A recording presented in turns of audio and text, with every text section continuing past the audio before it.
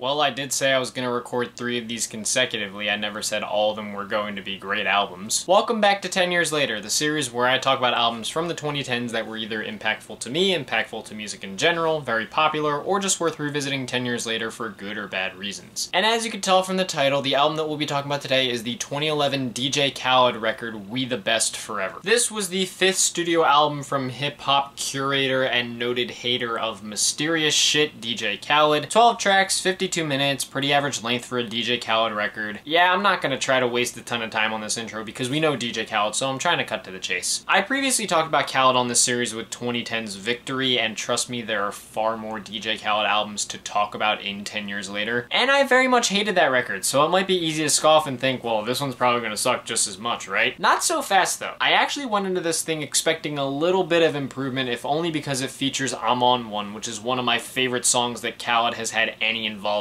with. Sure, one song isn't going to make an album all better, but hey, I was just kind of hoping it would be a good jumping off point for some improvement. And I guess I was right. First and foremost, I'm not going to waste too much time on the production. We all know by now it's a regurgitation of hip-hop sounds that may have even been dated by 2011 standards. I mean, hell, Welcome to My Hood feels like I'm So Hood just repeated. I know T-Pain called it a successor, but it just feels like a redo of it. There's nothing super interesting here in relation to the production other than that Khaled himself only has 3 production credits on the album, and one of those credits is a remix, so technically he only has 2 credits. Once again, what the hell does this guy even do? And much like last year, all those production credits are co-producer credits, so I'm gonna wager a guess he was asleep in the studio the whole time. Once again, the focus of the album is the performances and the artists featured on these tracks, since Khaled himself mostly just ad-libs on the record. Speaking of which, anyone else notice that so much of this record sounds like it's in slow motion? Maybe it's some of the slow flows, or maybe it's the way that Khaled says his ad-libs. It feels like he talks them out in such a slow way that it sounds like he's trying to enunciate every single bit of them. It's like a parent or teacher that's talking slow in a way that's clearly condescending children and treating them like they're stupid. It's annoying. Every time he ad-libs, it's like he's like, yeah, I'm DJ Khaled. I'm getting money. That's a currency. You use it to buy things. It's spelled M-O-N-E-Y. Alphabet! Regardless, I think the performances are why I don't completely hate this thing. DJ Khaled generally does one of 3 things for his artists on his albums. At best, he shows an artist's commitment. If someone comes onto a track and does unbelievably well, it shows that they are committed to their craft even if they can reasonably doze off and collect the check. At worst, he completely embarrasses the artist by using them in a way they should never be used in, like Justin Bieber rapping on his new album.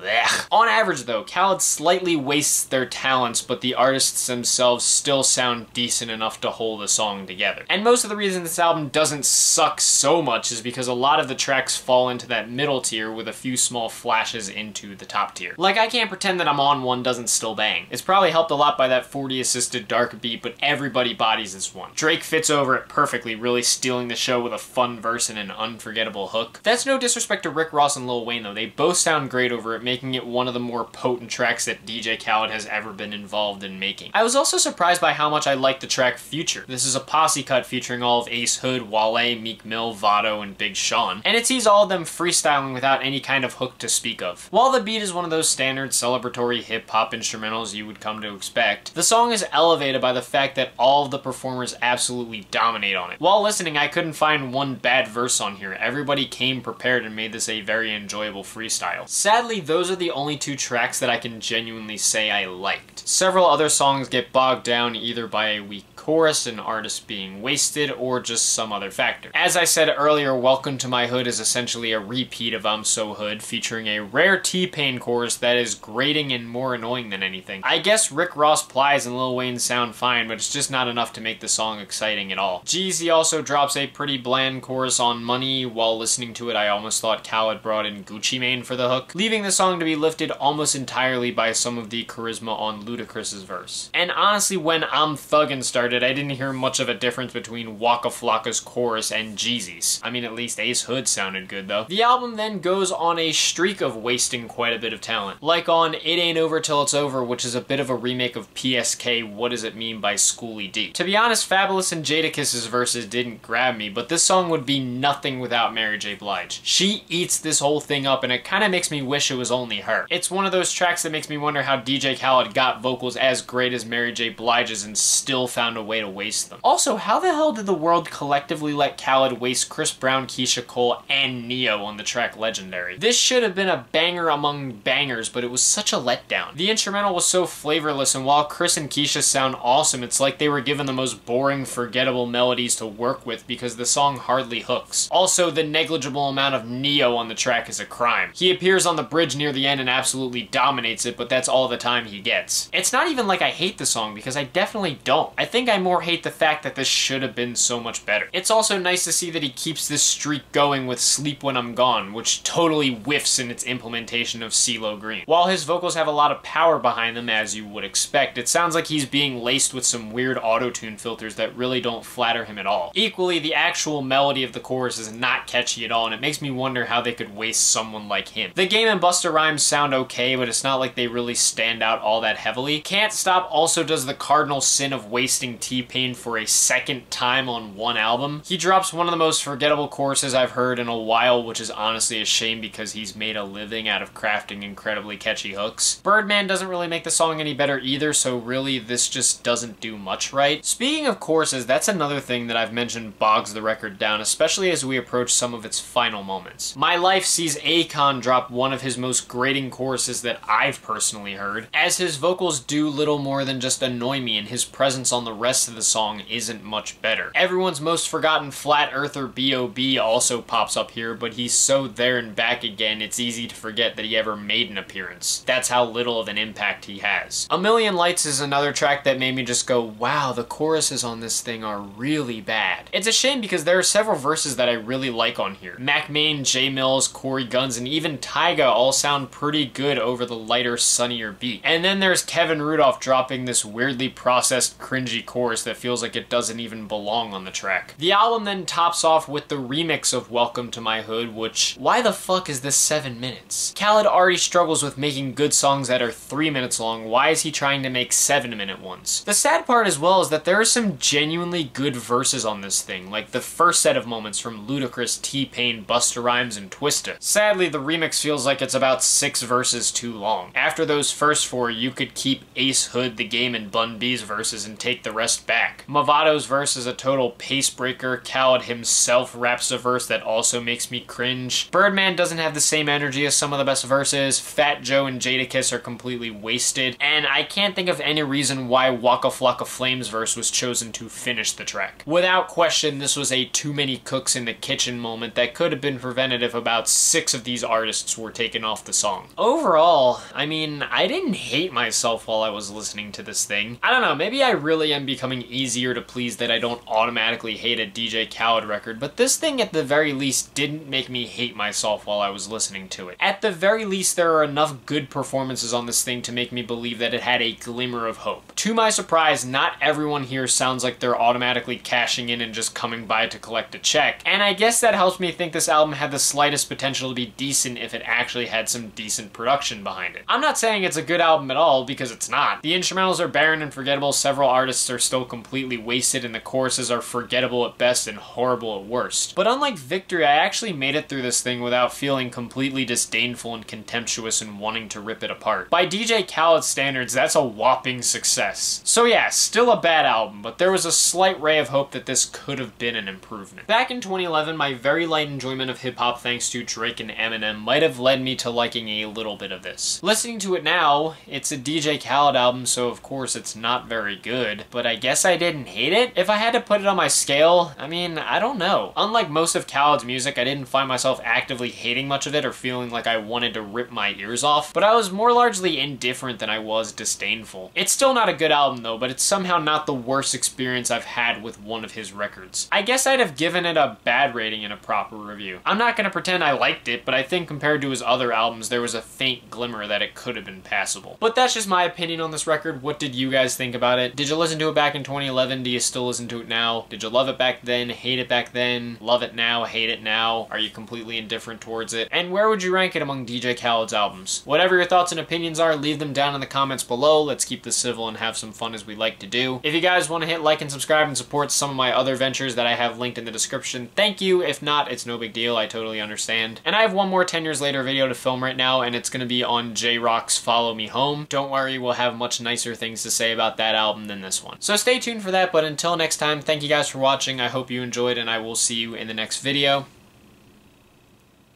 Peace.